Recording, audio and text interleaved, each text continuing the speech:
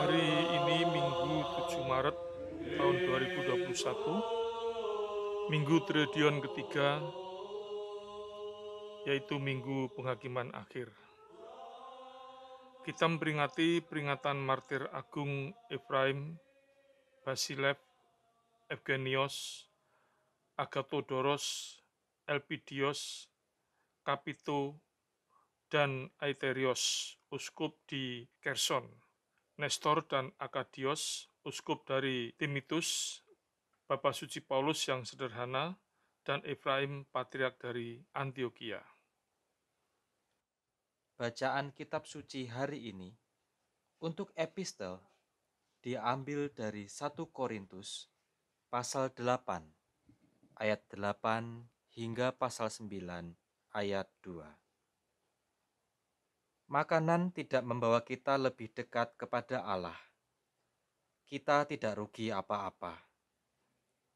Kalau tidak kita makan dan kita tidak untung apa-apa kalau kita makan. Tetapi jagalah supaya kebebasanmu ini jangan menjadi batu sandungan bagi mereka yang lemah.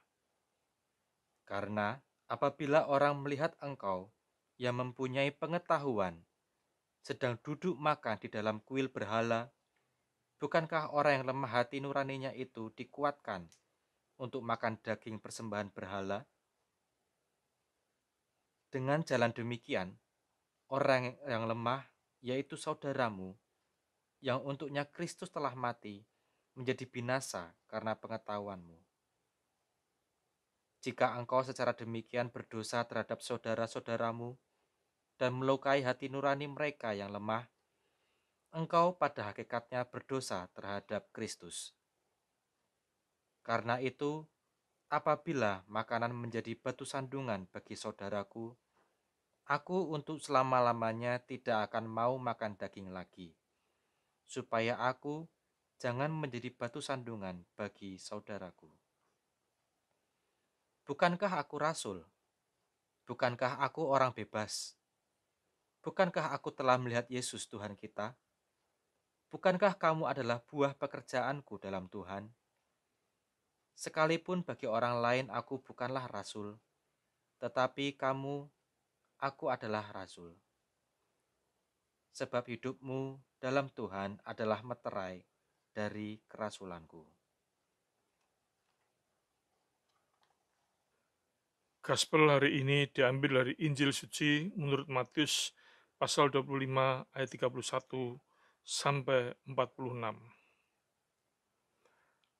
Apabila Anak Manusia datang dalam kemuliaannya dan semua malaikat bersama-sama dengan Dia, maka Ia akan bersemayam di atas takhta kemuliaannya. Lalu semua bangsa akan dikumpulkan di hadapannya, dan Ia akan memisahkan mereka seorang daripada seorang, sama seperti gembala memisahkan domba dari kambing. Dan Ia akan menempatkan domba-domba di sebelah kanannya, dan kambing-kambing di sebelah kirinya. Dan raja itu akan berkata kepada mereka yang di sebelah kanannya, "Mari, hai kamu yang diberkati oleh Bapa-Ku, terimalah kerajaan yang telah disediakan bagimu sejak dunia dijadikan. Sebab ketika aku lapar, kamu memberi aku makan. Ketika aku haus, kamu memberi aku minum. Ketika aku seorang asing, kamu memberi aku tumpangan. Ketika aku telanjang, kamu memberi aku pakaian. Ketika aku sakit, kamu melawat aku. Ketika aku di dalam penjara, kamu mengunjungi aku." Maka orang-orang benar itu akan menjawab dia, katanya, Tuhan, bila manakah kami melihat Engkau lapar, dan kami memberi Engkau makan, atau haus dan kami memberi Engkau minum?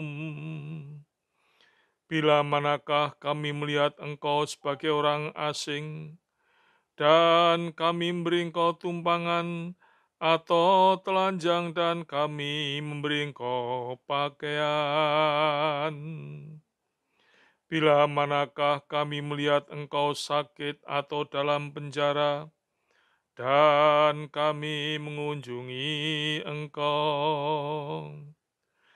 Dan raja itu akan menjawab mereka, Aku berkata kepadamu, sesungguhnya segala sesuatu yang kamu lakukan untuk salah seorang dari saudaraku yang paling hina ini, kamu telah melakukannya untuk aku. Dan ia akan berkata juga kepada mereka yang di sebelah kirinya, Enyahlah dari hadapanku, hai kamu orang-orang terkutuk, enyahlah ke dalam api yang kekal, yang telah disediakan untuk iblis dan malaikat-malaikatnya. Sebab ketika aku lapar, kamu tidak memberi aku makan. Ketika aku haus, kamu tidak memberi aku minum. Ketika aku seorang asing, kamu tidak memberi aku tumpangan. Ketika aku telanjang, kamu tidak memberi aku pakaian. Ketika aku sakit dan dalam penjara, kamu tidak melawat aku.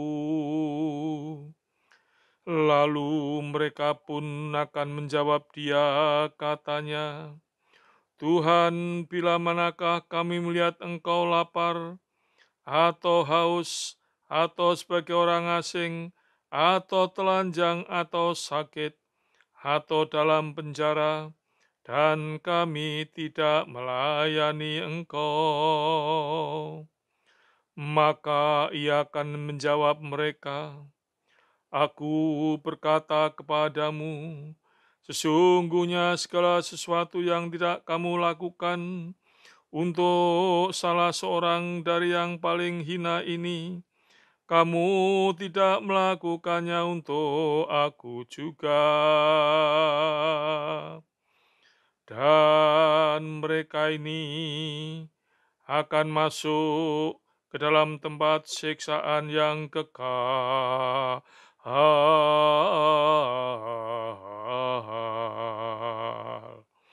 Tetapi orang benar ke dalam hidup yang kekal.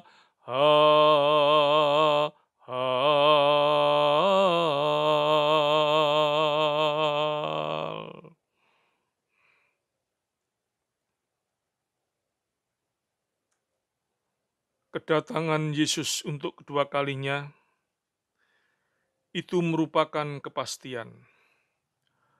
Hanya waktunya kapan, tidak ada seorang pun yang tahu. Para malaikat di surga juga tidak, bahkan anak pun tidak tahu. Hanya Bapa sendiri yang mengetahuinya.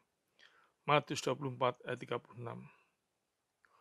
Untuk itu, Yesus hanya bisa berpesan kepada kita, supaya waspada, karena kita tidak tahu waktu kedatangannya. Matius 24 ayat 42. Guna keperluan apa Yesus datang untuk kedua kalinya? Ya, demi menghakimi orang yang hidup dan orang yang mati. Mengenai hal ini juga diteguhkan dalam pengakuan iman Nikea. Kedatangan Yesus yang pertama yaitu ketika dia dilahirkan di dunia ini oleh yang selalu perawan bernama Maria yang disebut Sang Theotokos atau pelahir Allah. Siapakah Yesus sehingga dia menjadi hakim tunggal untuk menghakimi setiap manusia, siapapun dia? tidak pandang bulu baik pangkat, derajat, agama, budaya, suku, bangsa, dan strata sosial. Dia adalah Sang Firman Allah yang diam di dalam Allah, yang bersama Sang Roh Kudus disembah dan dimuliakan. Melalui Sang Sabda ini, Allah menciptakan alam semesta, dan dengan kuasa Sang Roh Kudus, Allah memberikan kehidupan kepada setiap makhluk. Manusia diciptakan menurut gambar dan rupa Allah. Kejadian 1 ayat 26 sampai 27. Maksudnya, manusia memiliki sifat-sifat ilahi, mewarisi karakter ilahi, serta berpotensi mempunyai kemuliaan dan kehidupan kekal. Ini berarti kerajaan Allah ada di dalam Allah. Ya, Allah itu sendiri, Sang Bapa, Sang Sabda atau Sang Putra, serta Sang Roh Kudus. Itulah sebabnya, dalam ayat bacaan Injil pagi ini, dikatakan bahwa Ia akan datang lagi yang kedua kalinya dalam kemuliaan, serta memberikan tempat di surga, yaitu tempat yang memang sudah disediakan bagi orang yang percaya kepadanya sejak dunia dijadikan. Matius 25 ayat 34. Jelas kalau begitu, semua ciptaan diciptakan bukan untuk binasa, fana, dan terbatas, tetapi Allah memiliki tujuan supaya semua makhluk menikmati kemuliaan dan kekekalan. Keterbatasan kefanaan terjadi karena dosa yang merasuk dunia dan disambut serta dieksekusi oleh manusia pertama, Adam dan Hawa. Artinya, manusia pertama tidak taat kepada perintah Allah. Ternyata, tidak semua insan melawan perintah Allah. Jadi, di dunia ini ada dua jenis manusia. Yang satu taat pada Allah dan dengan takut serta gentar selalu bertobat untuk senantiasa bisa seturut dengan kehendak Allah. Dan yang lainnya menolak kasih karunia Allah dengan mengabaikan perintah Allah.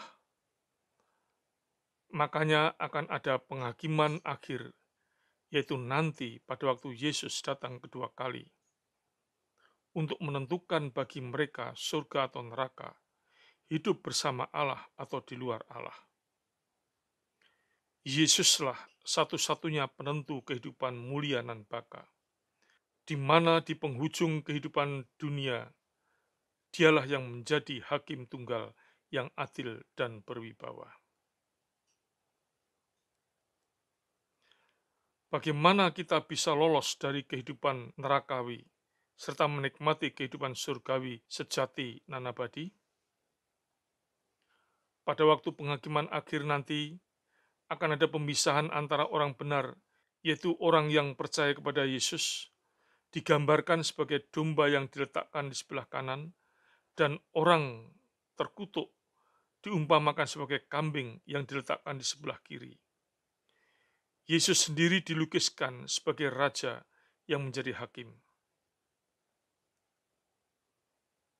Semua orang yang disebut benar adalah siapa saja yang melaksanakan perintah Tuhan melalui gerejanya yang satu, kudus, katolik, dan apostolik, dengan konsekuen, konsisten, dan kontinu. Perintah yang mana? Pertama, perintah untuk berbuat baik, sebagai wujud kasih Allah yang sudah bersemayam di dalam hati kita sejak kita percaya, dibaptis, dan dikrisma, sebagai bukti bahwa kita sudah terima Roh Kudus, yaitu hidupnya Allah sendiri melalui energi atau kuasanya.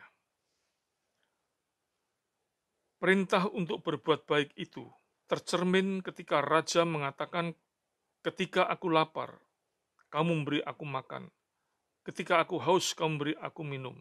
Ketika aku seorang asing, engkau memberi aku tumpangan.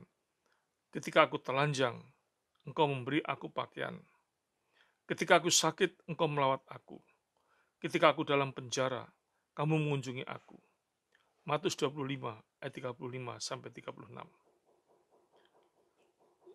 Sementara kita tahu bahwa orang itu tidak pernah melakukan itu semua kepada Yesus. Itulah sebabnya dia heran dan bertanya, "Kapan Tuhan aku berbuat semua itu kepadamu?" Matius 25 ayat 37 sampai 39.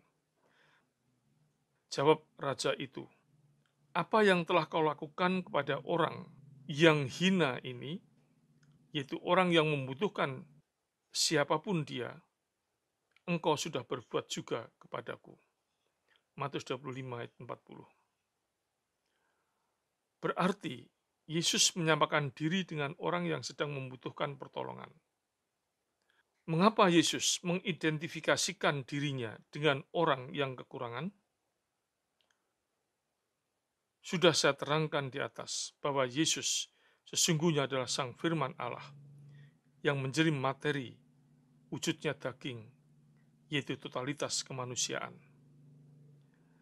Dia betul-betul telah menjadi daging. Dia adalah 100% Allah dan 100% manusia. Yesus sungguh-sungguh manusia, dan pada waktu yang sama, Yesus sungguh-sungguh Allah. Sesuai keputusan Konsili Ekumenis yang diputuskan di kota Kalsedonia pada tahun 451. Yesus itu adalah manusia ilahiyah. Dia memiliki dua kodrat, yaitu kodrat ilahi dan kodrat manusiawi dalam satu hipostasis atau pribadi, yaitu hipostasis firman. Sebagai manusia dia memiliki kodrat manusiawi, dan sebagai firman Allah yang satu hakikat dengan Allah, Yohanes 1 ayat 1 sampai 2, dia memiliki kodrat ilahi. Kedua kodrat itu menjadi satu, tak terpisah, tak terbagi, dan tak berbaur, namun bisa dibedakan. Yang ilahi ya tetap firman Allah, dan yang manusiawi ya tetap manusia.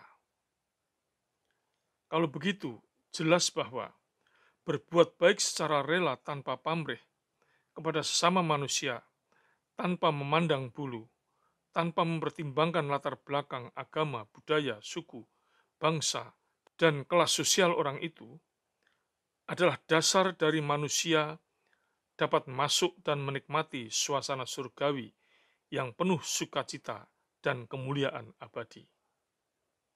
Dalam khotbahnya di atas bukit, dia juga mengajarkan untuk kita menabung harta di surga, yaitu berbuat baik. Bahkan Yesus menganjurkan untuk bermurah hati, karena Allah juga bermurah hati. Lukas 6 ayat 36.